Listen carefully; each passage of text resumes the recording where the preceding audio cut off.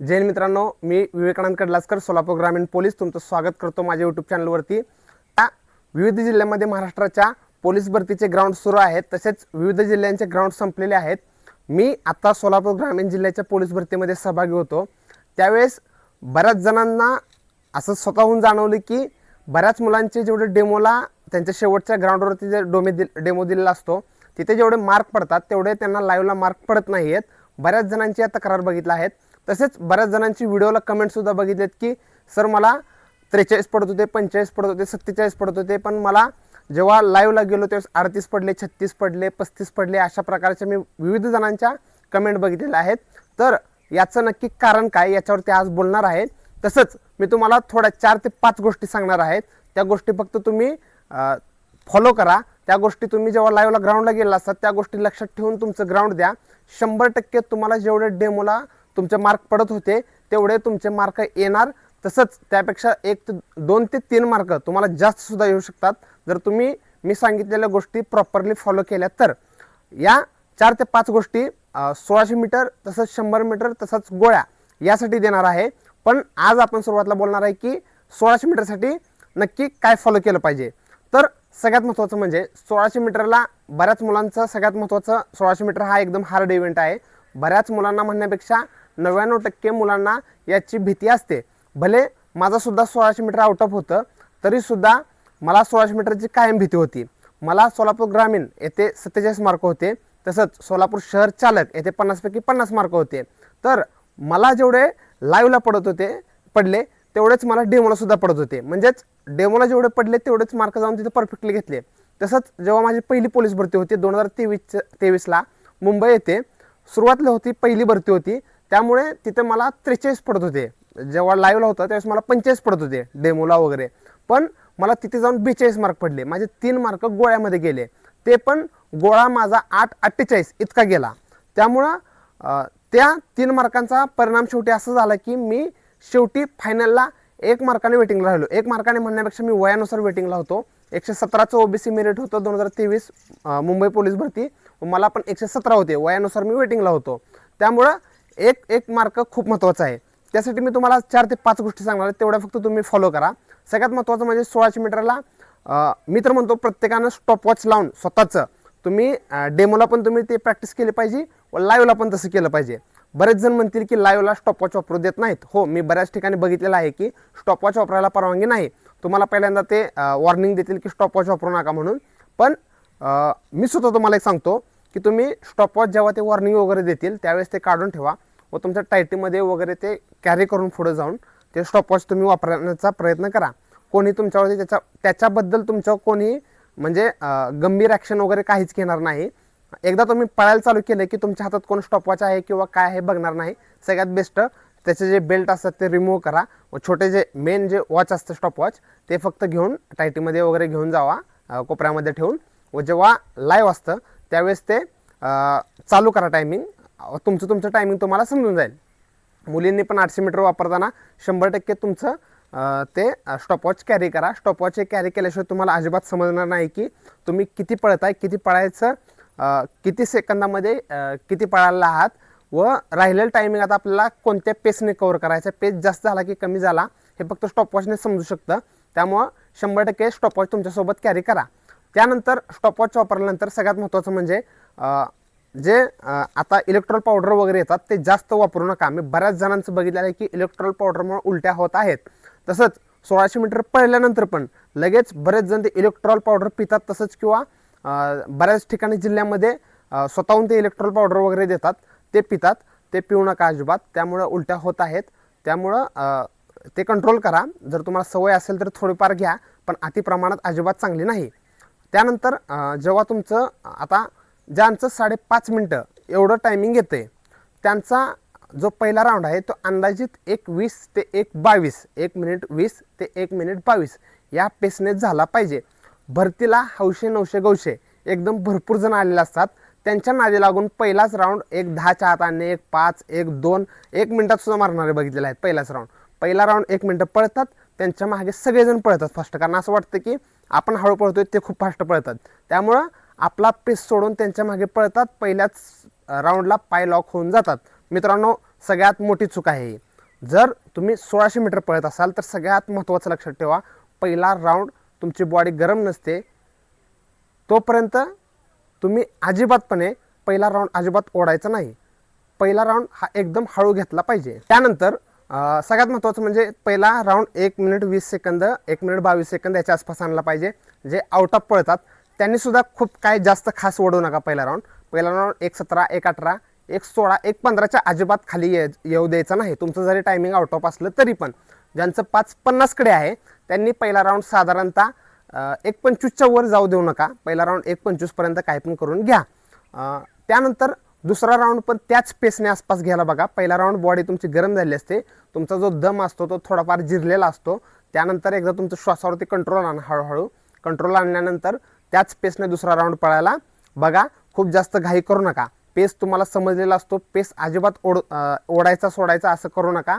बरेच मुले असे असतात की पहिला राऊंड 1:10ने पळतात, 1:05ने पळतात व शेवटचं फायनल टायमिंग 5:50 कडे असतं. मी स्वतः अनुभवलेलं आहे.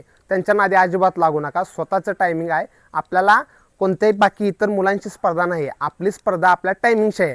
आपल्याला ठरवायचं आहे आपल्याला 5:10च्या आत आलं पाहिजे, 5:30च्या आत आलं पाहिजे, 5:50च्या. जे काय तुमचं टार्गेट असेल ते ॲक्युरेट तिथं उतरलं पाहिजे. याच्यासाठी तुम्हाला स्टॉपवॉचवरतीच पळायचं आहे. दुसरा राऊंड प्रॉपरली पळा. तिसऱ्या राऊंडला थोडंसं नॉर्मल स्टेप वाढवायला चालू करा. मी तुम्हाला अजून पण एक ट्रिक सांगतो की तिसऱ्या राऊंडला सगळे जण स्लो पडतात, पण मित्रांनो खरा राऊंड व खरा गेम चेंजर राऊंड हा तिसरा राऊंडच असतो. तिसऱ्या राऊंडला जर तुम्हाला ओव्हरटेक करायचं असेल तर सगळ्यात बेस्ट चान्स आहे. तुम्ही जर ठरवलं चौथ्या राऊंडला मी ओव्हरटेक करत जाऊ, अजिबात होणार नाही. चौथ्या राऊंडला ओव्हरटेक होणार नाही. तिसऱ्या राऊंडला सर्वजणांचं स्पीड आसपास लूज पडलेलं असतं. त्यावेळेस तुमचा तिसरा राऊंड हा जेवढा बेस्ट येईल तेवढा बेस्ट दिला पाहिजे. असं पण नाही की तिसऱ्या राऊंडला फिनिशिंग देऊन चौथ्या राऊंडला पूर्ण संपून जावा, असं करू नका. स्टेपनेच ओढायचं आहे. फक्त जराशी हँडस्विंग आहे ते थोडीशी मुवमेंटमध्ये आणायची. हँडस्विंग हळूहळू वाढवत चाल तसं तुमचं स्पीड हळूहळू वाढत जाईल. त्यानंतर सगळ्यात जे गेम चेंजर राऊंड आहे तो चौथा राऊंड. तुम्ही फिनिशिंग कशी देता याच्यावरती तुमचं टायमिंग कसं येतं हे डिपेंड होणार आहे. त्यामुळं मी अजून पण तुम्हाला एक ट्रिक सांगतो की तुम्ही जेव्हा लक्षात ठेवता चौथ्या राऊंडला तुम्ही पायामधून स्पीड वाढवायला बघता, अजिबात नाही, ते शक्य होत नाही. याचं कारण म्हणजे तुमचं पाय भरपूर झाले थकून गेलं असतं. पाय तुमचे लॉक होत आले असतात, पाय थकून गेला असतं. तुम्ही कितीही ट्राय केलं तरी पण पायामध्ये ताकद उरली नसते. पाय तुमचा अजिबात तुम्हाला साथ देत नाहीत. यासाठी करायचं काय? यासाठी आपलं हँड स्विंग आहे ना, ते हँड स्विंग जास्तीत जास्त करायला बघायची. हँड स्विंग जेवढे फास्ट करचाल तेवढे पाय आपोआप तुमचे फास्ट होतील. याचं कारण म्हणजे जेव्हा तुमचा लेफ्ट हँड पुढे येणार आहे, तुमचा आपोआप राईट फूट हा पुढे येणारच आहे. जेव्हा तुमचा राईट हँड पुढे येईल त्यावेळेस आपोआप तुमचा लेफ्ट फूट आहे तो पुढे येणार आहे. त्यामुळं असं होणार नाही की तुमचं फक्त हात हलतील पाय हलणार नाही, शक्य नाही. जेव्हा जेव्हा तुमचे हात हलतील त्यावेळेस तुमचे पाय आपोआप तेवढ्याच मुवमेंट स्पीड स्विंग होणार आहेत. त्यामुळं पायाकडे लक्ष न देता हाताकडे जास्तीत जास्त लक्ष द्या. तुम्ही जेवढं हाताकडे लक्ष द्याल, तुमच्या हाताची मुवमेंट जेवढी चांगली करचाल, तुमच्या हाताची हँड स्विंग जेवढी चांगली करचाल तेवढं तुमचं पायाचं स्विंग चांगलं होणार आहे, तेवढं तुमचं स्टेप चांगली पडणार आहे व तुमचं 1600 मीटरचं फिनिशिंग येणार आहे. शेवटचं 100 मीटर पूर्ण 100% देऊन टाकायचं. जसं 100 मीटर मारतो तसं शेवटचं 100-150 मीटर तुमचं स्पीड लागलं पाहिजे. थोडंसं रागात ओढा, थोडंसं ओरडत पळा. आपोआप तुमचा जेवढा राग बाहेर येईल तेवढा आपोआप तुमचं स्पीड वाढत जाईल. त्यामुळे मित्रांनो अजून एक महत्त्वाची गोष्ट म्हणजे समजा तुमचे 3 राऊंड कंप्लीट झालेले आहेत व 3 राऊंडला तुम्ही बघितलं की माझं टायमिंग आहे 4:12 4:10 आले व तुम्हाला पळायचं आउट ऑफ. आता किती राहिले? 1:10 राहिले फक्त. 1 मिनिट फक्त राहिले.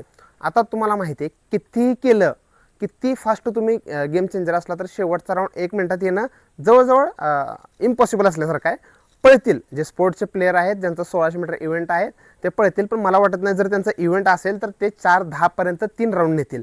ते 3:50च्या आतच 3 राऊंड निपटवणार आहेत. ते 4:10 कडे जाणार नाहीत. जर तुमचं टायमिंग 4:08 4:10 इथपर्यंत गेले आणि तुम्ही जर डोक्यात ठेवत असाल की आउट ऑफ मारायचं आणि शेवटचं स्पीडने मारताय, उपयोग नाही मित्रांनो. तिथेच तुम्ही ओळखून घ्या की आता आपला आउट ऑफच्या हाताच्या म्हणजे आणण्याच्या हाताबाहेर गेलेला आहे. आता आपल्याला ताकद लावून उपयोग नाही. आपल्याला निवांतपणे 1:20-1:22 सेकंद आहेत याचे आपल्याला पुरेपूर वापर करायचा आहे. मी काय तुम्हाला म्हणतो, जर 5:10च्या वरती गेले, 5:12 आले, 5:13 आले, तुम्हाला मार्क किती पडणार आहेत? 18 मार्क पडणार आहेत. मग मी त्याच्यापेक्षा म्हणतोय तुम्ही सरळ 5:27 5:28 याकडे पळा ना. तुमची एनर्जी सेव्ह होईल. कमीत कमी जर 100 मीटर आणि गोळा हे जर उरलेलं असेल तर त्यासाठी ते तुम्हाला अत्यंत फायदेशीर होईल. त्यामुळे लक्षात ठेवायचं आपल्याला, एक तर आलं तर 5:10च्या आत, नाहीतर 5:25च्या वर आणि 5:30च्या मध्ये असं टार्गेट ठेवायचं. त्यानंतर 5:32-33 असं टायमिंग अजून आणून अजिबात उपयोग नाही. यासाठी काय करायचं तर 5 जे 47-48 याप्रमाणे टायमिंग आलं पाहिजे. एकदम पण काटावर 5:49 इकडे नेऊ नका, 5:29 कडे नेऊ नका. मायक्रोसेकंद इकडे तिकडे होऊ शकतात. पण आता बरेच जण म्हणतील की कमीत कमी प्रयत्न केला पाहिजे. 100% प्रयत्न केला पाहिजे. पण तुमची कॅपॅसिटी तुम्ही ओळखून तुम्ही प्रयत्न केला पाहिजे. तुम्हाला माहिती आहे आपली काही जर केलं तर कॅपॅसिटी नाही आहे आपली, आपण शक्य नाही. हां, काटावर जातात चल 5:30, 31, 32 100% पळा मित्रांनो. ट्राय करा. ट्राय केल्याने काही होत नाही. पुढच्या इव्हेंटला पुढचा इव्हेंट बघता येईल. पहिल्यांदा त्या इव्हेंटवर प्रॉपर लक्ष करा. पण 5:15 कडे जाते 100% माहिती आहे. आपण किती जर पळलो तर 1 मिनिटात पळणार नाही, तर कशासाठी ताकद वाया घालवत आहे. त्यापेक्षा सरळ 5:25च्या पुढे पळा. तुम्ही जर या जर सर्व गोष्टी प्रॉपरली फॉलो केल्या तर तुमचं 100% 5:30च्या आत किंवा जे तुमचं बेस्ट टायमिंग असेल त्याचं जेवढं डेमोला तुमचं टायमिंग पडतंय तेवढं तुमचं टायमिंग येणार आहे. 1600 मीटर पळताना आतील साईडनं पळायला बघा. ओव्हरटेक अजिबात बाहेरून जास्त करू नका. एखाद्या मुवमेंटला असं वाटलं की आपल्याला खूप जास्त बाहेरून ओव्हरटेक करायला लागतोय, त्यावेळेस थोडंसं स्टेप स्लो करून त्यांच्या पाठीमागे पळा 4-5 स्टेप. व जेव्हा तुमचा ॲक्युरेट टायमिंग येईल, जेवढं तुम्हाला छोटीशी जागा सापडेल तेव्हा तुम्ही ओव्हरटेक करा. किंवा डाव्या साईडनं जर चान्स असेल, थोडासा स्पेस असेल तर डाव्या साईडनेच ओव्हरटेक 99% करा. उजव्या साईडनं करू नका, तुमचं टायमिंग वाढून जाईल. जर अजून यानंतर गोळा आणि 100 याचे पण सेपरेट व्हिडिओ केलेले आहेत, ते पण अपलोड झालेले असतील किंवा अपलोड होतील.